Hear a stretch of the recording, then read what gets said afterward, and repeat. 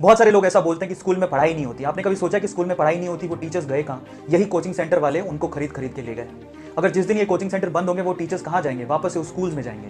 आज से 20-25 साल पहले ये कोचिंग इंस्टीट्यूट नहीं थे बच्चों। गवर्नमेंट स्कूल में जो टीचर थे वो बहुत ज्यादा एजुकेटेड माने जाते थे और लोग उनसे पढ़ने जाया करते थे। धीरे धीरे ये कोचिंग कल्चर चलते गया। गवर्नमेंट के जो टीचर थे, और आज भी गवर्नमेंट के एम्प्लॉय बहुत सारे अपनी गवर्नमेंट की जॉब छोड़ छोड़ के इन कोचिंग सेंटर्स में पढ़ा रहे हैं और बड़ा बड़ा पैकेज छाप रहे हैं। सबको मालूम है इस बात का। स्कूल्स बर्बाद हुए, उसका रीजन भी कोचिंग सेंटर ही है।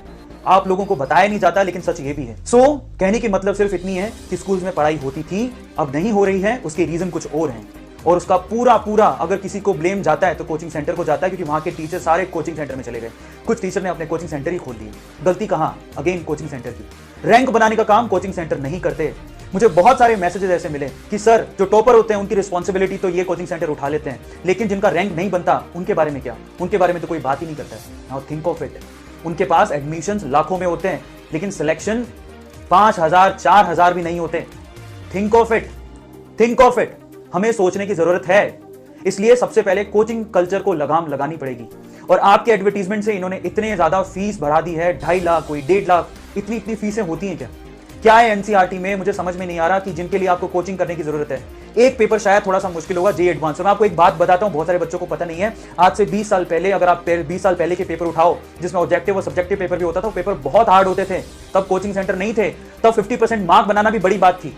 आज पेपर इतने आसान हो गए हैं कि लोग full out of full mark भी लाते हैं। पिछले साल की बात है, 360 में से किसी बच्चे के 360 नंबर भी आए थे। पेपर का लेवल कंटिन्यूसली गिरते जा रहा है, तो फिर किस बात की कोचिंग की जरूरत है? हम मेहनत करके भी निकाल सकते हैं।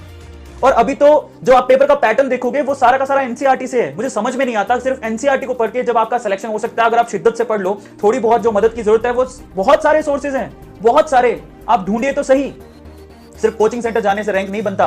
अच्छा, एक और बात, अगर आप कोचिंग सेंटर जाना चाहते हो तो कोचिंग सेंटर वाले को बोलो, जब आप इतना फीस ले रहे हो, आप लिख के दो कि आपका सिलेक्शन हो जाएगा। कोई नहीं लिख के देगा। तो गारंटी कहां है? गारंटी स्टूडेंट में खुद में होती है। स्टूडेंट में खुद में। अगर वो डिसिप्लिन्ड है तो उसका सिलेक्शन हो जाएगा, डिसिप्लिन नहीं है तो उसको आप कहीं भी डाल दो, उसका सिलेक्शन नहीं होगा। जो अगर आप सोचते हैं कि ऑल इंडिया रैंक 1 ये कोचिंग इंस्टीट्यूट ही बनाते हैं, तो बहुत सारे टॉपर ऐसे हैं जो अपनी रैंक बेच देते हैं। मैं उन पेरेंट्स से कहना चाहता हूं जिनके बच्चों ने अपनी रैंक बेची। आज वो रैंक बेच रहा है, कल को आपको बेचेगा, परसों अपने देश को बेच देगा। संभालिए, जरूरी है, संभालिए।